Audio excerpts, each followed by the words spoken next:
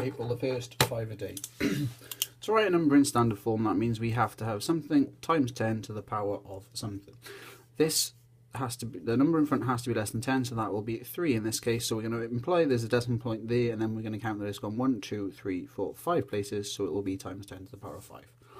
Use the quadratic formula to solve the following. So that means we're going to use the fact that a is equal to 2, b is going to be equal to 4, and c is going to be equal to minus 3. And the quadratic formula is x equals minus b plus or minus the square root of b squared minus 4ac all divided by 2a.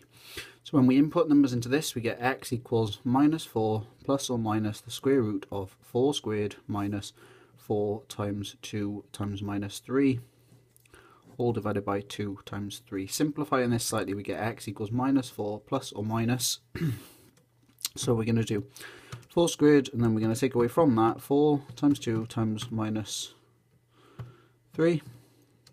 So we're going to get the square root of 40 divided by 6. The two options then are that x equals minus 4 plus the square root of 40 divided by 6, or we get that x equals minus 4 minus the square root of 40 divided by 6.